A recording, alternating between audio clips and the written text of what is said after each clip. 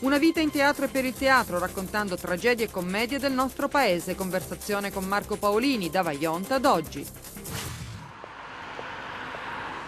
Come sono cambiato io? Ah, non dovete chiederlo a me.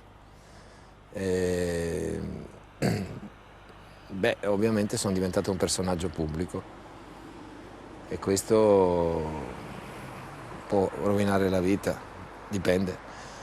Per fortuna a me è successo non da giovane, così ho avuto un po' di tempo in più per prepararmi.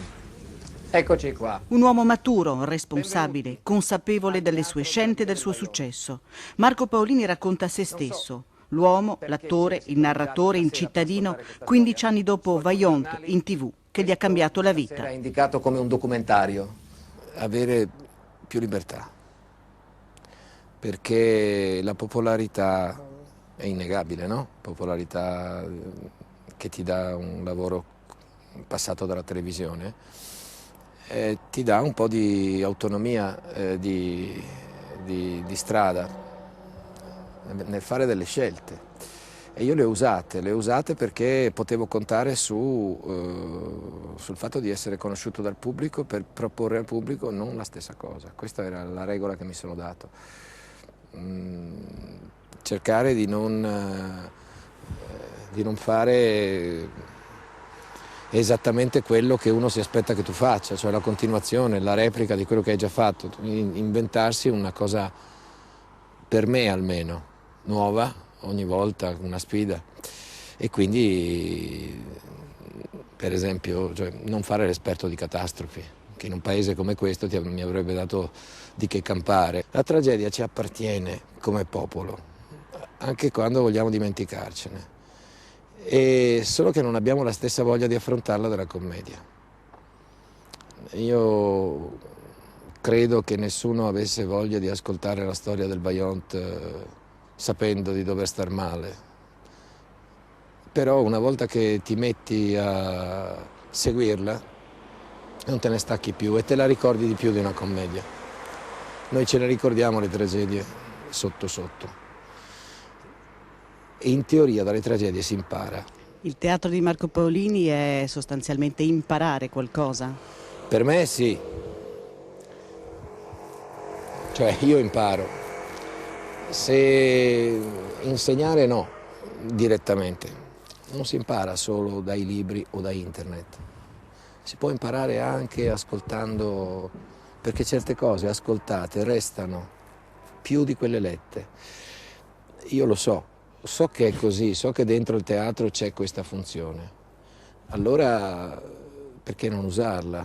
Perché campare di rendita facendo gli artisti? Perché non mettersi in gioco? Un po' è da ragazzo che questa cosa dell'usare il teatro per mettersi in gioco la penso e provo a farla. E con ogni spettacolo è una sfida nuova? Sì, è una sfida nuova, ma per evitare di prendersi troppo sul serio, perché altrimenti poi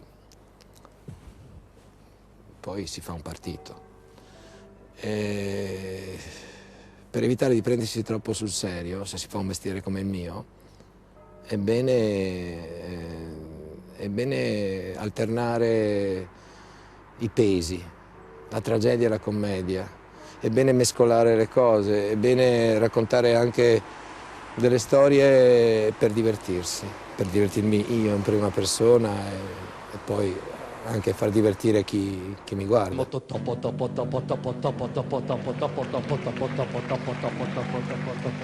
A come Ausmerzen.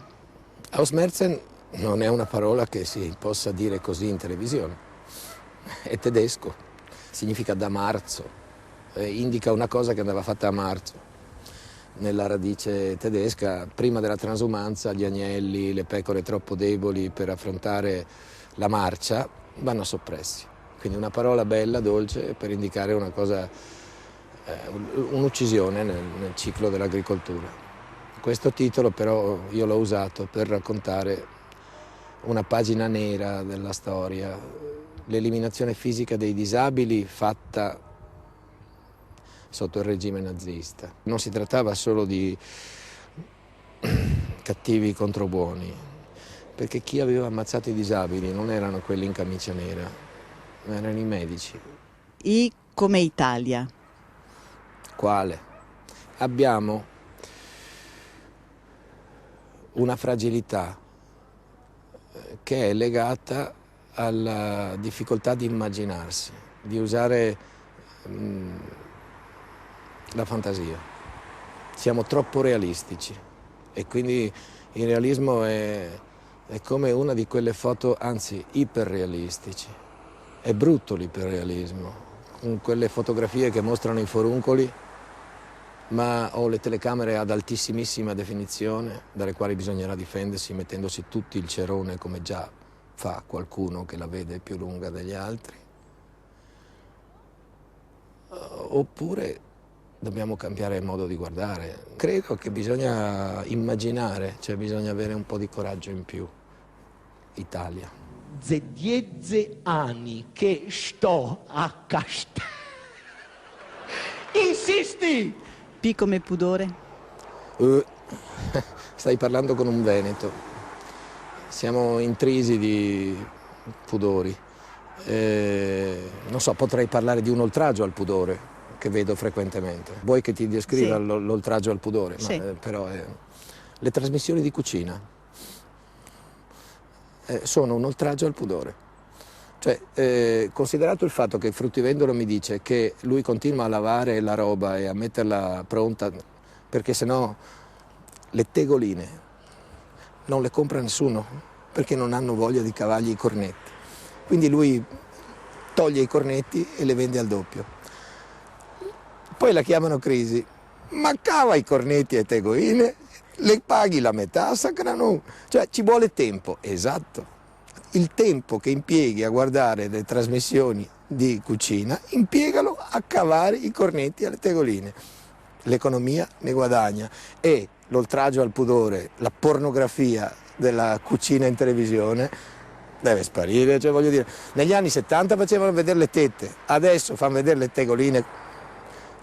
È sempre là, cioè è una televisione che offende. Per una sera rubiamo la scena all'attualità e facciamo una diretta sulla memoria. Il 9 ottobre del 63. V come Vajont e come Veneto. Quest'anno sono 50 anni. Credo che del Vajont ci si ricorderà. Temo che si farà fatica a capire il resto. Lo sappiamo già che non ci saranno i soldi per mettere in sicurezza questo paese. Lo sappiamo già che non ci saranno i soldi per mettere le case in maniera antisismica. Lo sappiamo già che da qualche parte ci prenderà e ci farà male. Questo, se non lo sappiamo, stiamo ancora giocando al paese dei balocchi. Non c'è una soluzione se non facendo qualcosa in più. E questo riguarda le professioni, riguarda... Sto facendo un discorso antisindacale, può darsi. Io mi prendo questa responsabilità perché tanto non devo mettere all'incasso questa cosa se non davanti alla mia coscienza. Così non ne veniamo fuori. Lo sforzo in più non è economico, lo sforzo in più è qualcosa che devi metterci perché per correggere, ridurre il danno fatto nell'incuria del passato, ridurre il danno per chi viene dopo. Ecco, l'ambizione che io avrei è che non sia più un'eccezione dire di qualcuno, guarda, sei onesto. Ma ti pare un complimento dire a uno che è onesto? Tipo l'ingegnere, sei onesto, l'avvocato, sei onesto. Sottinteso, e mi accontento. Cari, se ci incontentiamo di qualchedun che è onesto, è sottinteso che può essere anche stupido e buon da niente, però sei onesto. Cioè, dovremmo pretendere che onesto fosse la regola e un pochetto di più o no? Ecco, 2013, un auspicio. Qualcosa più che onesti.